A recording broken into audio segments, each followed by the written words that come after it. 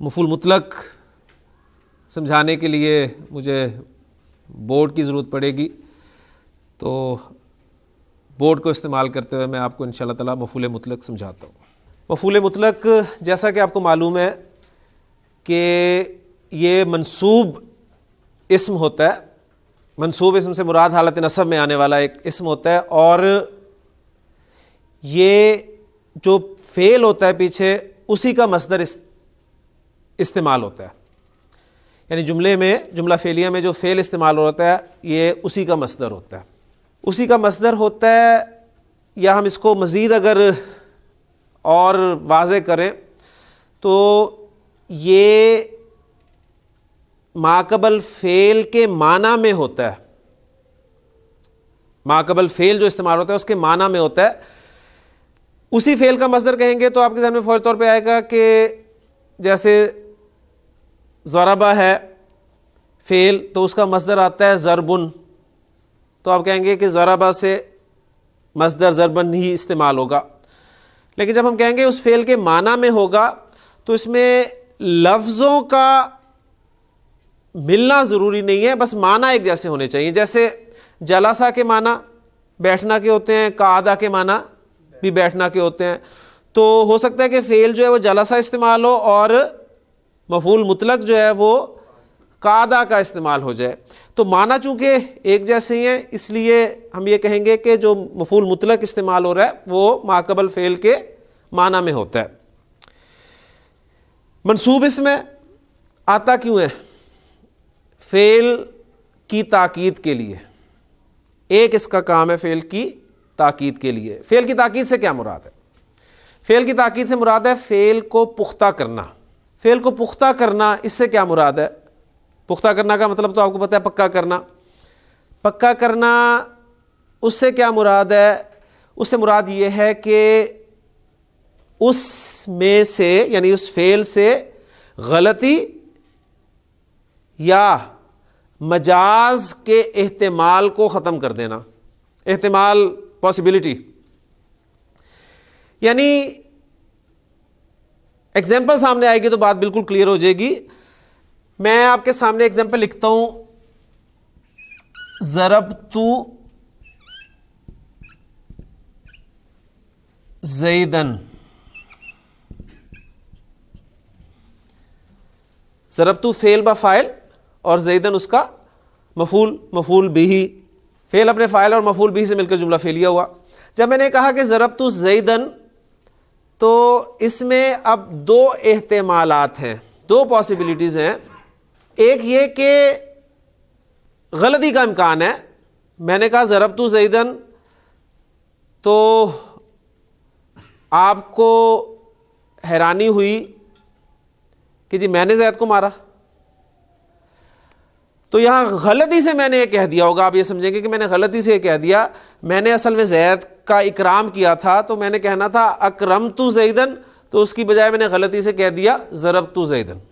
ایک تو یہ ہوگی غلطی کا احتمال جو میں نے بات کی آپ کے سامنے۔ دوسرا یہ ہے کہ اس میں مجاز کا احتمال بھی ہے۔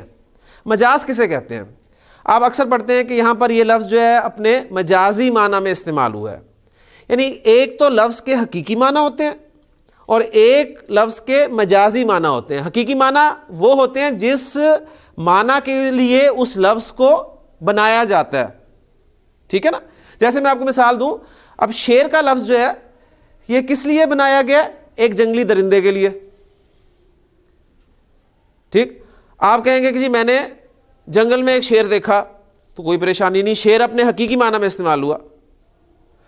اب آپ کہتے ہیں جی شیر آ گیا، آپ کا کوئی بہادر دوست آتا ہے تو آپ اسے دیکھ کے کہتے ہیں جی شیر آ گیا۔ اب یہاں پر وہ شیر کا لفظ جو ہے وہ اپنے حقیقی معنی میں استعمال نہیں ہوا بلکہ مجازی معنی میں استعمال ہوا ہے۔ یا آپ کہتے ہیں جی میں نے آج شیر کو بندوق چلاتے ہوئے دیکھا، تو اب شیر ظاہر بات ہے بندوق تو نہیں چلا سکتا، تو اس سے مراد یہاں پر شیر جو ہے وہ بہادر آدمی ہے، تو یہ اس کے مجازی معنی ہے۔ تو اب یہاں بات میں کر رہا ہوں کہ یہاں پر جو مجاز کا احتمال ہے، مجاز کا احتمال کے معنی کیا کہ میں نے کہا ضربت زیدن، تو آپ نے سوچا کہ نہیں مارا نہیں ہوگا، انہوں نے اصل میں ڈانٹ دیا ہوگا بہت زیادہ, اور اس بہت زیادہ ڈانٹ کو انہوں نے مجازن مار سے جو ہے وہ تشبیہ دے دی, یعنی انہوں نے مجازن یہ لفظ استعمال کر دیا, مارا نہیں. تو یہ دو احتمالات تھے اس میں نے ضربت زیدن کہا تو دو احتمالات تھے, ایک غلطی کا اور دوسرا مجاز کا.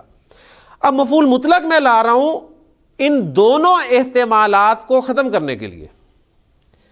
میں کہتا ہوں ضربت زیدن ضربن,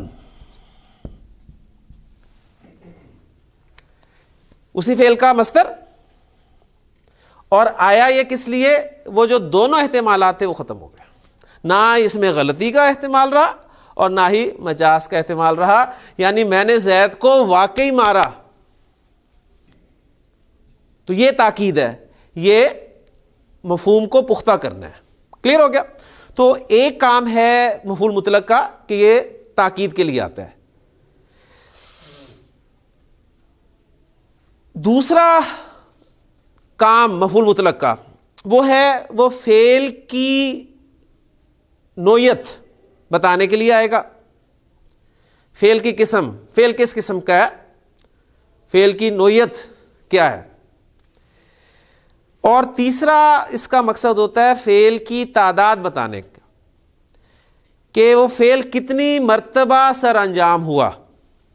تو یہ تین مقاصد ہوتے ہیں مفعول مطلق کے, ایک تاکید, ایک نوع بتلانے کے لیے, اور تیسرا عدد بتانے کے لیے, تعداد بتانے کے لیے. اب تاکید تو الحمدللہ آپ کو سمجھ میں آگے کلیئر ہوگی. اب وہ جو دو چیزیں باقی ہیں ان کو سمجھ لیں. اس کے لیے تین اوزان میں آپ کے سامنے رکھ رہا ہوں. ایک وزن ہے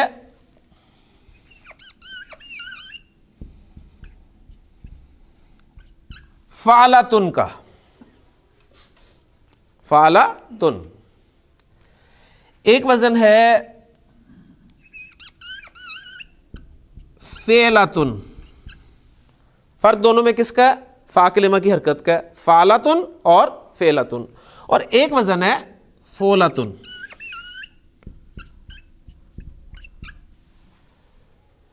تین وزن ہے یہ. جب مفعول مطلق فعلتن کے وزن پر آئے گا